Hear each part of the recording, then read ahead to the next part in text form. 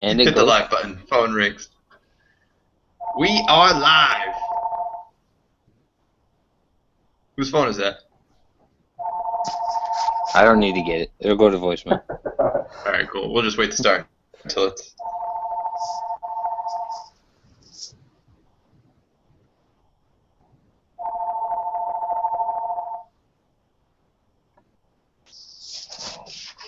All right, we're good.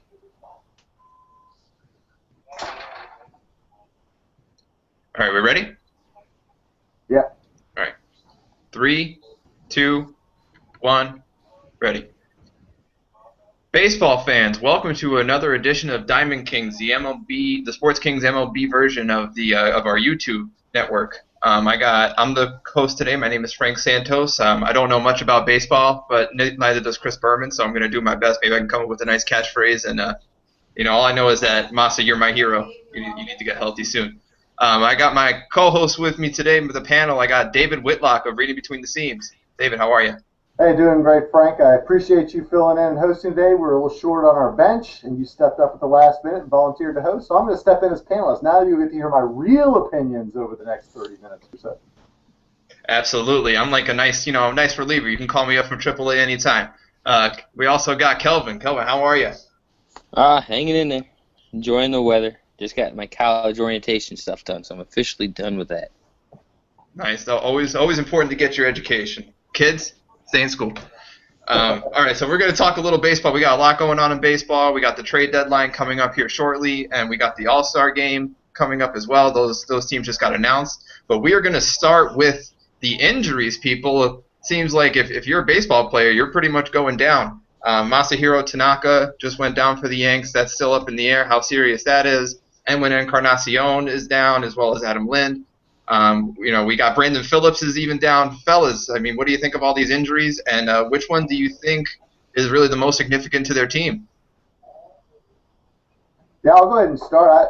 Definitely the Tanaka injury. I mean, they've had so much problems with their pitching in terms of CC Sabathia going down, and then obviously now Tanaka. He was pretty much the only reliable starter. They're hanging around 500, so you're looking at a team that's not excelling. Luckily, they're in a division that they can compete. The Blue Jays, which you mentioned, a couple of their guys, Lind and Encarnacion, are also plagued by injury, so they're falling down a little bit. But that's a real blow to the Yankees. It does remain to be seen how serious this is. Anytime you're talking elbow ligament, the word Tommy John enters the discussion. Anxious to see what Kelvin says about that, because he's our Tommy John expert. He'll explain to you everything you need to know about that. But certainly the Tanaka injury, and then just the Reds injuries in general, with Phillips going down, Votto also on the DL this week. I was watching the game this afternoon against the Cubs, and Homer Bailey, their pitcher, had to leave early. Turns out I think he's going to be okay. I think there was some sort of bad karma that started in spring training with Aroldis Chapman when he went down with that freak injury, and luckily he's back and pitching well, and that's great. He's on the All-Star team too. But the Reds were looking like they're making a run. They look like they're in fourth place, but they're above 500. Some of the other teams have some injuries too, but now they're dealt this. Phillips in particular will be out for a while. So I think those two, the Yankees and the Reds, are the most affected by this. Kelvin, what do you think? Definitely Masahiro Tanaka going down is a huge blow, but if it's nothing serious, which I'm praying it's not because we need him in the rotation, but in his last 5 starts, he's 1-4 or 1-3 with like a 3.40 ERA, which is skyrocketed, so something's up. His command's been off lately, and he's admitted that every start where he's gotten it's gotten progressively worse. But his velocity was still there the other night. He was still hitting 94 in the 7th inning, out there giving up 5 runs to Cleveland. So it's not a velocity issue. It's more of a command, which usually leads to that ligament being something's not right because it's getting a discomfort. So it's messing up his release point. And I was reading yesterday on the Daily News out of New York from an unconfirmed source within the Yankees organization saying it's a huge blow and it could be season ending, but he wouldn't go out to say what it was. So that automatically puts the Yankees probably in the market to go out and make a huge splash considering they're only 3 games out in the division right now. So they're going to make some sort of splash. They designated Alfonso Soriano this week for assignment batting 222 with almost 70 strikeouts or something like that. He was close to. He's going to set a huge record if he would stayed on the Yankees for strikeouts. And then you got Edwin Encarnacion going down, but he's only down. He said he's going to be back in 2 weeks, but the injury, a grade 2 quad strain, is usually a 3 to 6 week injury. The Adam Lind injury is the one I'm looking at in Toronto because he's a protection player, a protection bat for that lineup in Toronto to keep Edwin Encarnacion. He's protection for him, and he's protection for Batista. You take him out of the lineup, you can kind of work your way around it. Weakens that lineup down toward the bottom half, so you can work around the top half and get to that bottom half and worry about the outs there going through the heart of that order. Then you got Yadier Molina going down. Yadier's out for the Cardinals for 6 to 8 weeks with surgery in his ankle. So yeah, that's one we didn't get to. I forgot to mention Yadier Molina's down for 6 to 8 weeks. He's having surgery on that ankle. So that puts St. Louis in the market for a catcher when we talk trades. The Yankees have a plethora of catching prospects and catchers that are ready and can step in and fill in that matchmaker. role. Kelvin's trying to be a little matchmaker here. Right. And then, but the biggest injury is going to be Tanaka, considering how close that division is and how they're beating up on each other. With the Yankees at 47 and 45, I do believe, 2 games over 500, only being 3 games out behind Baltimore. So if Tanaka's down, the Yankees have to make a big splash to stay in it, or they just concede and go after it next year, which I don't believe they do, considering it's Derek Jeter's last season. Yeah, definitely. Kelvin, do you think that the workload for Tanaka is a factor in this? The fact that now in Japan they pitch every 7 days, now he's pitching every 5 days. This is his first time to go through the American League. Any thoughts on that? I wouldn't necessarily say it's workload, because last year when he knew he was coming, he knew he was going to try to get over here. So toward the end of the season, he started pitching every 5 days, and during the off season, he would pitch like a simulated game every 5th day to get his body used to it. So maybe that's the issue, is that he pitched too much in the offseason. I don't want to credit it to him coming in pitching every 5th day. I want to say it might be more of him working so hard to get accustomed to every 5th day during the offseason and pitching that intense in the offseason instead of coming to spring training and getting used to it that way. Yeah, apparently $300 million can't buy you happiness, and it can't buy you health either. So Hiroki Kuroda better watch his back, because he's pretty much the only remaining member of the starting staff. Now it's just him and a bunch of dudes. But we're gonna move on to the All-Star game. Obviously, the All-Star game's coming up. The rosters just came out. One thing popular with the MLB All-Star game is the role the fans play. You know, the fans vote most of the team in. What do we think? Did the fans get it right? Did they mess it up? Should we let them vote? I mean, how much baseball do these fans really watch? Do they know who should be an All-Star and who shouldn't be? And then who should be the starting pitchers as well? Who do you think should take the mound? Start with you, Kelvin. Well, we talked about this last week. I think the fans should play a key role in picking the All-Stars, but with the smaller markets not getting as much televised games, like Houston doesn't get nearly as much like primetime games because they don't get nearly as many primetime games as the Yankees, the Red Sox, the Cardinals, like all those teams that everybody grew up watching and has been relevant. Not that Houston's not been relevant for the past decade, but the fact is that look at him trying to kiss up to David. David's an Astros fan, people. So Kelvin's trying to just ease the blow a little bit here. Keep going, Kelvin. But the fact is, not everybody sees the players. Like unless you have the MLB Sunday ticket, basically for baseball, then you don't see these players every day. You hear about them on SportsCenter maybe for 30 seconds at a time. So the fans get it right to the fact that it's a popularity contest most of the time. So you're seeing the same players repetitive. Even if, like Derek Jeter, we all agreed last week he should be in the All-Star game, but if this wasn't Derek Jeter's last season, does he get the votes to start the All-Star game? Probably not. Hitting 274, 3 home runs, 26 RBIs, and his on-base percentage is like 327. So I mean, not 327. Yeah, it's like 327. So they get it wrong there. But the guy who really got hosed, in my opinion, was the guy from Houston who was in the final five, and he still finished fifth in the final five vote. Dallas Keuchel, yeah.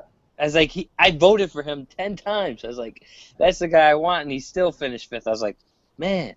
But the All-Star team, who starts? I think it's going to be Kershaw for the National League. I mean, the guy's got a 36-inning scoreless streak. How do you take that away? And then for the AL, who do you go with? I would have said Tanaka, but Tanaka wouldn't have been pitching anyway because he was supposed to pitch Sunday. So he wouldn't have been able to even be available. So now I go with Scherzer. Give it to Scherzer again? Yeah. After his outing last night.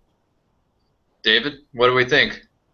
Yeah, to kind of take it from the top, I definitely think that the fans are going to vote in the most popular players. So it is what it is. It is interesting in the American League that after injury replacement for Matt Wieters, that there were actually 8 different starters, or 8 different teams by starters there by position players. So at least you're not to that era where there was 4 Yankees, 4 Red Sox, and a random Oakland A back in the late 90s and early 2000s. So that was pretty good.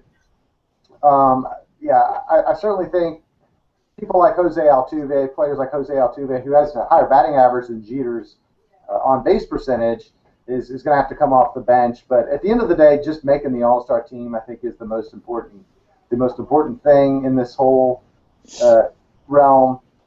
You look at a guy. Also, it's funny, Kelvin, you mentioned like fans don't get to see teams like the Astros. You know who else doesn't get to see Houston Astros? Most of the city of Houston, it turns out.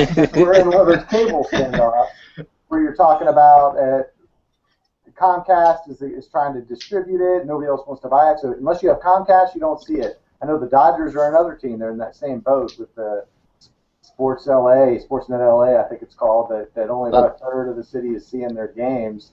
And Dodgers are also working on their own network like the Yankees, too. Yeah. That's a thanks Obama moment right there, where we we'll just blame Obama for it because that's cool. Right, yeah, just because it's really, you can't take that New York model of Yankees network, which has, 25 million people, and put it into a city like Houston with 5 million people, or a city like LA that's not that much of a sports town. It's not like New York or Boston. There are sports fans there. They tend to either be Lakers fans or maybe Dodgers fans, but they can also take or leave the game. They come late, leave early, that sort of thing. So back to the All-Star game, though. At the end of the day, I think the rosters were right. The one guy I think that got robbed was Rick Porcello at the Detroit Tigers. He has absolutely great numbers, better than Scherzer-type numbers. So if you're talking about between one of the two, obviously Scherzer has better stuff, but Rick Porcello, I think, was the more deserving guy. But again, if you're going to talk about a raw talent guy that can represent your league, you can't go wrong with Scherzer. The American League starting pitching is kind of in a conundrum. I'm not sure who to name with that. You certainly could look at a guy like Mark Burley or Sonny Gray or any of those type guys, but the National League has to be Kershaw. He's been the story. He hasn't allowed an earned run, and I think since May. It's something about the water in LA where he's now making a run at that innings pitch streak that Drysdale had and then Hershiser had, and now you're looking at Kershaw challenging it at 50 or 60 straight innings. So it's going to be a fun game. I can't wait to watch. I'll ask Kelvin or both of you guys who you think is going to win this year. It's always tough to tell with all the substitutions and everything, but I think at the end of the day, I think the National League has a little bit of an advantage this year over the American League. Yeah, I mean, just from a casual fan standpoint, it seems like a lot of the dominant pitching, I think the All-Star game really always comes down to that, just when you watch it, and it seems like the National League probably has the better pitching, so that's usually who I would give the edge to, the team with the better pitching. I'm going to swing the other way. I'm going to say that the AL wins it, and then Derek Jeter gets his MVP just like last year with Mariano Rivera. Derek Jeter will sweep the MVP vote just because it's his last year.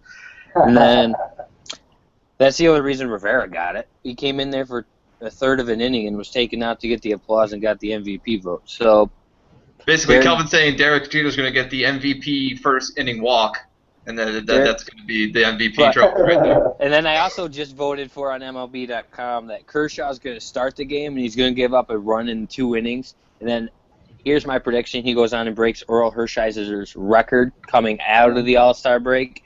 He breaks the record and gets like 62 scoreless innings, and you'll probably never see it again unless Kershaw just does it again next year because it's going to be crazy. All right, so now that we got our predictions for the All-Star game, let's move on to trades. We got the trade deadline coming up here soon, but we want to go through some of the trades that have already happened. The big one, obviously, was the Jeff Samardzija trade. The Chicago Cubs traded Jeff Samardzija and Jason Hamill to the Oakland Athletics. They got Addison Russell, who was a first-round pick in 2012, Billy McKinney, who was a first-round pick in 2013, and then Dan Straley, and then, a player to be named later. That's always a part of any MLB trade. Who do we think won? Who do we think won the trade? A's or the Cubs? I think it was kind of a tie. I mean, in that both teams got what they needed out of it. It was interesting. Samardzija had been on the market, and I think the last 3 or 4 shows we've been debating like where he's going to go. We of course had it right last week. One of us did. It might have been Kelvin. Can't remember who, but we said he'd probably go to the A's, or the A's were certainly going to be in the market for him. It's highly unusual for the A's to make a move like this because they've always been kind of the grow from within, sign some affordable free agents, put yourself out there at the end of the year. But even Billy Beane said that the way he builds lineups wins over 162 games, and then when he gets matched up against a team with extraordinarily more talent, he's going to be shorthanded. So he's clearly loading for that. Their window may be closing. They're probably looking over at the Tampa Bay Rays, which had a similar model and have struggled this year, and they're going to struggle to sign some free agents, and they're shopping around David Price, which we'll talk about in a minute. But so they made a strong move. I think the Oakland A's, this is a year to win it. If you look, the AL East is not what it has been in years past. The Tigers look beatable, and the AL West is where a lot of the strength is with the Angels and even the Mariners and them, and they're controlling that division. So they're lined up for the postseason. They'll make the postseason, probably win the division.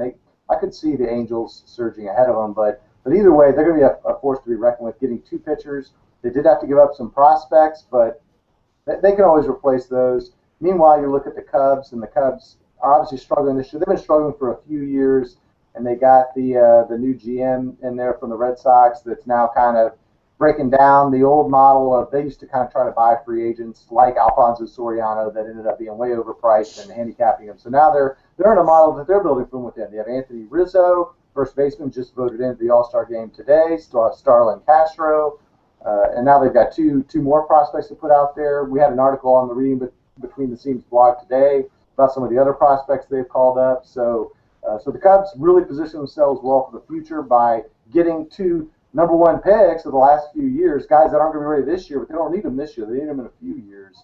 And then the A's got what they needed. I appreciate David's sly way of trying to call the A's cheap, but not actually saying that they're cheap. Just saying they go for affordable people. And that's right. They're cheap. Billy Beane, you're cheap. Yeah, but nice job trying to shake it up a little bit. Kelvin, what do we think? A's or Cubs? And David, just to go back on your point, we said that Samardzija needed to end up in Oakland or San Fran. We had him going out west. Yeah. We just didn't have. We had those 2 teams, and we said that the A's needed to make a splash because of how their roster's set up. It's set up to where they have key players and key roles that are doing their job, and once their contract runs out, Oakland doesn't pay their players. So going out and signing a Jeff Samardzija and trading for a Jeff Samardzija and a Hamels bolsters their rotation. It gives you a 1-2 punch with Kazmir, who would pitch lights out today for Oakland, and then it gives you Samardzija, who in his first start I believe went 7 innings, 3 hits, 1 run, and 2 walks with 7 Ks. That's his first start in the American League against an American League team, and the American League predominantly has a better hitting lineup with a DH instead of a pitcher batting in the 9 spot in the order. And then you bring it, and they sent down a left-hander who got rocked his first 3 starts, and I believe his name is Tommy Miner, I think is his name. He's a left-handed pitcher. They sent him down. He was on a 6-game winning streak. He's 6-0 with a 2.35 ERA in his last 7 starts, and they sent him down to AAA. You can't tell me that doesn't deflate the guy's confidence a little bit, being like, look, I'm doing this and his ERA is still I believe I looked it up yesterday because me and my dad were talking trades that could happen, and we need a left-hander, like you said, Frank, before the show started. We need a left-hander in New York. I said go pick this guy up, not knowing he was a left-hander. I looked his stats up. I believe his ERA is still like 4.35, which is inflated for what he's done over his last 6 starts.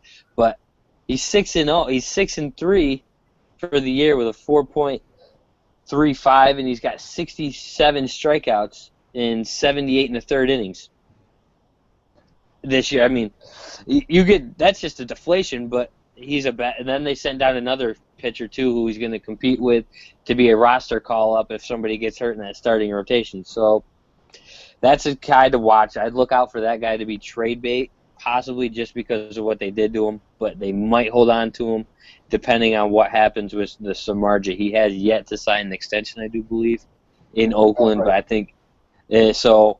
This could just be a rental for Oakland because of how they spend money. They don't spend. And as for Chicago, they're going to be trading again. This isn't going to be the first trade we're going to see with them.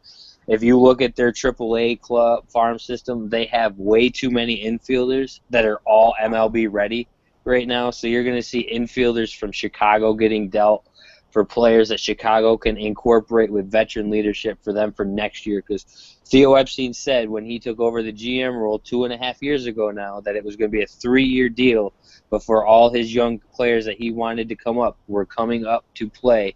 And that means next year is Chicago's year to bring up all these players, and they're going to need veteran leadership to show them the ropes and how to win in the big leagues. Yeah, I mean, if you're talking about Samardzija being a rental, that seems like a lot to give up 2 first-round prospects for a rental. That seems like that's really going all in. You better win the championship this year because then that's going to come right back in your face if you end up losing. I mean, let's go to a minor deal. We've been talking about the Yankees a little bit, referencing them. They picked up a new guy, got Brandon McCarthy from the Arizona Diamondbacks for Vidal Nuno. What do we think? Is McCarthy the answer? I mean, he seems more like a second-line guy, and they kind of need more help than that, but. What do we think? Kelvin, what do you think of Brandon McCarthy? You think he's going to help the Yanks? Well, let's see. It's not any worse than having a left-hander, Vidal Nuno, who couldn't pitch or couldn't keep the ball in the ballpark. It seemed like every game he was giving up at least 2 home runs a game. Yeah, that's a problem. With runners on base. I mean, they weren't solo shots. These were 2-3-run shots that just depleted the Yankees lineup, who yet again this year is struggling to score with runners in scoring position. It's been evident for the last 1.5 years now. We just can't seem to get hits at the right time. We get the hits to get runners in scoring position. We'll get them there with nobody out, and then we'll go with a sac fly to get a guy to third, and then you have 2 chances to drive in. All I got to do is go the other way, and we can't do it. And then you bring in McCarthy. I mean, he's $9 million salary. We're not paying half of it. Arizona agreed to pay half of it because of what we're doing. They got Vidal Nuno, who's a $500,000 player, so Arizona is paying his salary. Yeah, he's a right-handed pitcher. He was rocky in the first inning last night. He pitched, but after that he settled down, went 6 2/3, 3 earned runs, but gave up 4 because of the error in the first inning by Teixeira where he hit somebody in the back trying to turn a double play after he bobbled the ball. And Nuno went to Arizona and threw 7 scoreless innings out in Arizona.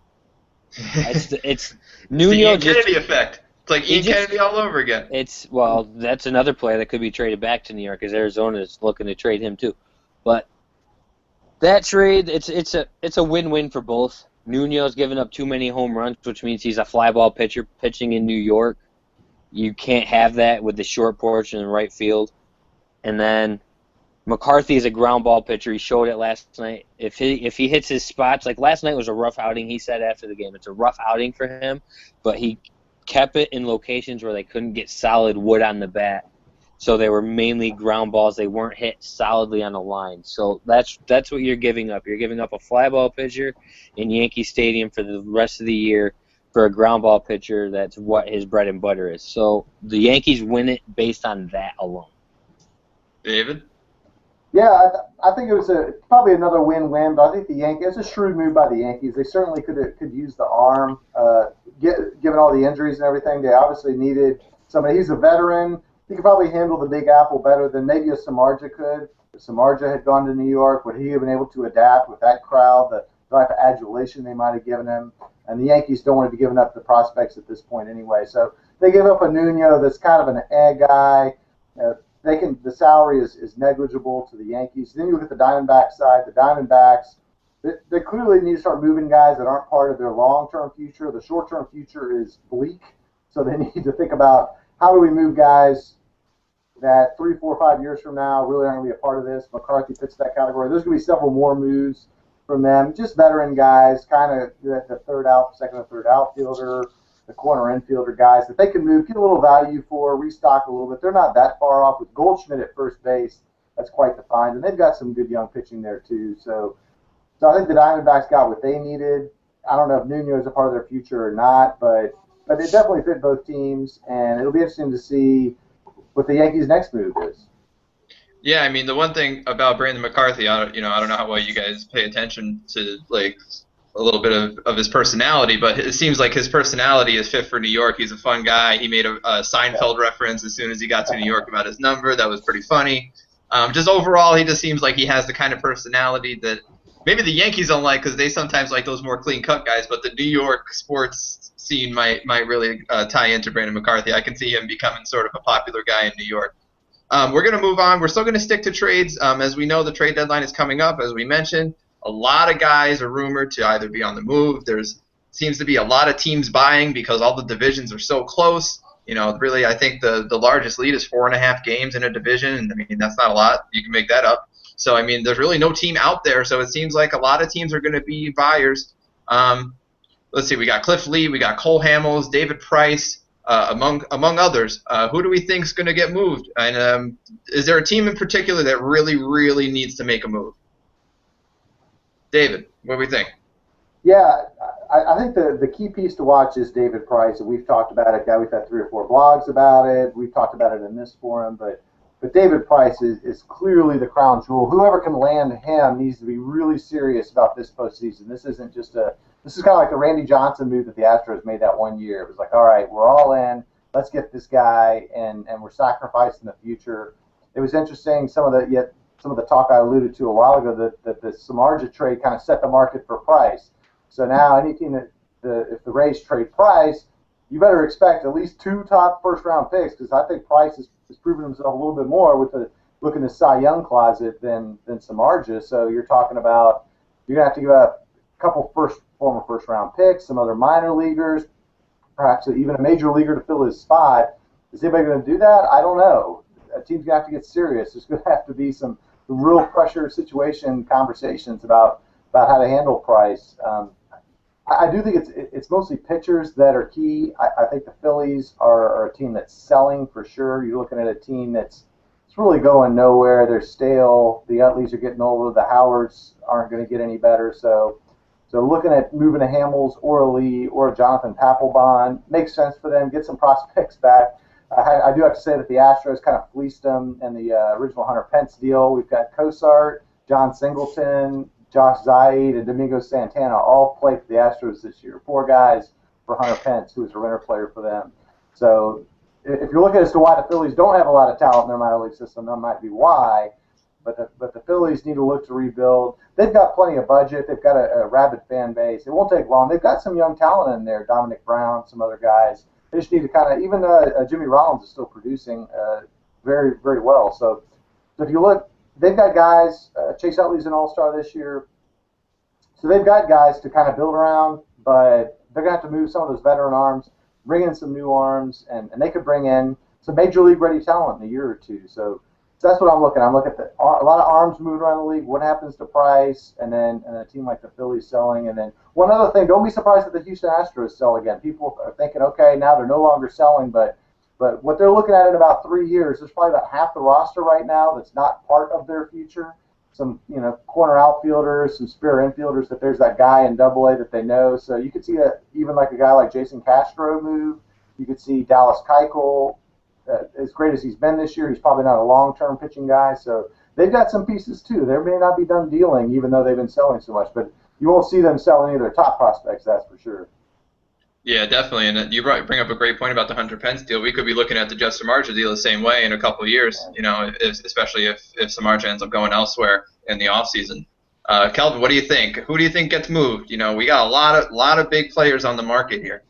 Well, we got a lot of names now, especially with all the injuries that just happened. You have Lynn going down in Toronto. Toronto's still in the mix. They need to bring in a protection guy for the next 6 to 8 weeks that can fill in that void for Adam Lynn.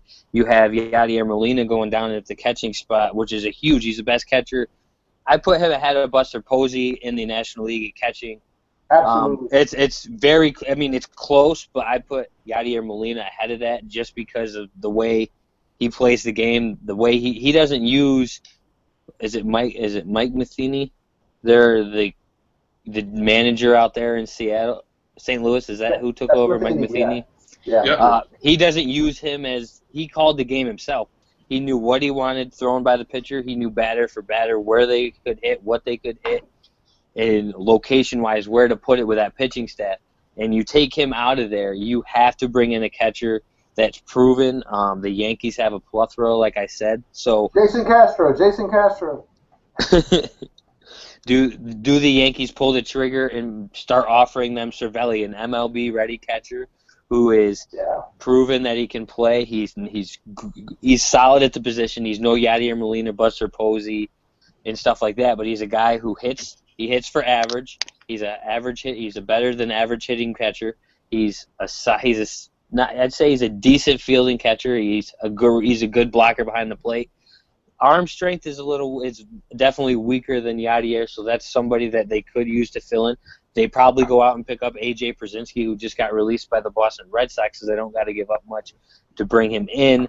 So they might do it that way, see if that can fill the void for the next 6 to 8 weeks while Yadier recovers, and hope that they're still around in that division. But the big name I'm looking at is Jake Peavy out in San Diego. Is he going to get dealt? That's the big thing. St. Louis, before this injury to Yadier, was making a huge push to acquire him to bolster their pitching rotation, which is already a decent rotation with Wainwright and all that right now. So if they can add Peavy and get the catcher to hold them over until they get back, like I said this all year, even with Milwaukee having the year they're having, I think St. Louis catches them and wins that division. It's going to stay close, but I said it all year. St. Louis is going to come back and win that division. And they're playing a 3-game series before the All-Star break, and I believe St. Louis is only 3 games out in the division. So if they sweep that series, which is going to be tough now that they've lost Yadier Molina behind the plate, but if they can win 2 out of 3, it puts them 2 games back going into the All-Star break, which is a heck of a lot better than the 7.5 where they started out when they seem to be struggling along with Pittsburgh. And Pittsburgh's turned it around. Pittsburgh's got to add another piece, I believe, to their pitching staff. They added, like you said before on Facebook, they added, but it's a minor deal. It's nothing big that's going to make them huge number one go out, and that's who we need to get to stay with Pittsburgh now. Pittsburgh is just a deal because Grills was having a horrible year in Pittsburgh, and maybe a fresh scene turned that around. The Yankees are going to target a corner outfielder, and they definitely, based on what happens with Tanaka, will go after another pitcher. David Price is not going to be an option just because he's in the AL East. They're not going to trade within the East. So the Yankees, do they go after a Cliff Lee coming off a shoulder injury? I don't think so. I'd rather see them try to get a Cole Hamels out of Philadelphia. Papelbon will be traded. It's just a matter of who's going to eat that contract. Is Philly going to have to pay the remaining 4 years of the contract, or do they split it 50-50? But I don't see that happening. I see him getting traded. Somebody's going to lose a closer in the race within the next couple weeks, or somebody's going to have that closing role that's going to open up, and they're going to rely on a veteran and not put a young gun in there down the stretch for a playoff run. And Papelbon's won 2 World Series championships with the Red Sox. So that's the guy that's going to be targeted with that. Yeah, I mean, the other thing to mention about Cliff Lee is that, he has a no-trade clause, and, he's burned the Yankees before. When he went to the Phillies, he decided he didn't want to go to the Yankees. So, some guys just aren't cut out for that New York spotlight, don't want to be there. So, that's another factor to take into consideration when you think about the Yankees and Cliff Lee. Do we have any final thoughts, fellas? Anything we want to get off our chest about the MLB? Maybe a team to look out for, something like that? What do we think, Dave? Yeah, it's going to be a fun second half. Looking at the standings, you touched on it earlier, Frank, that so many of the standings are really close. It's hard to tell who the buyers and sellers are. Every time the Astros get on like a 3-game winning streak, the radio shows start to light up with like, well, if we just win a few more, we're only 8 games out of the wild card, and this team.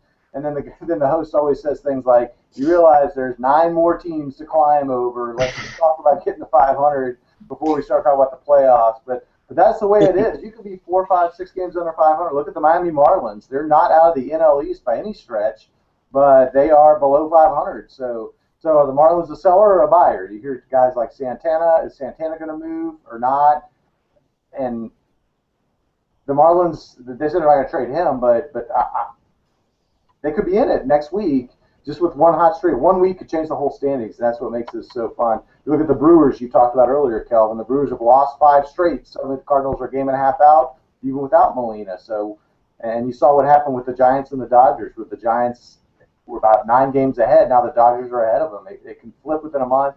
It's going to be exciting second half. The All-Star Game is always an exciting celebration. It's less of a competition and more of a celebration, more of a pageantry thing, which isn't necessarily my favorite part, but I'll certainly will be watching. I'll put in a plug for our Reading Between the Scenes blog. We're going to have a blog contest where you can pick some things that happen in the All-Star Game, such as which will be the first player to strike out, will so-and-so hit a home run. We'll probably have like a will Abreu hit a home run. You get more points if he does than if you pick against him, that sort of thing. And that'll be online. It'll be free. There'll be a little small gift for it. So look out for that. That makes the All-Star Game watching fun when there's questions like, is a player from the New York Yankees going to get a hit? And will Jeter be the MVP? And you get 100 points if he does, or 2 points if he doesn't, that type of thing. So be on the lookout for that.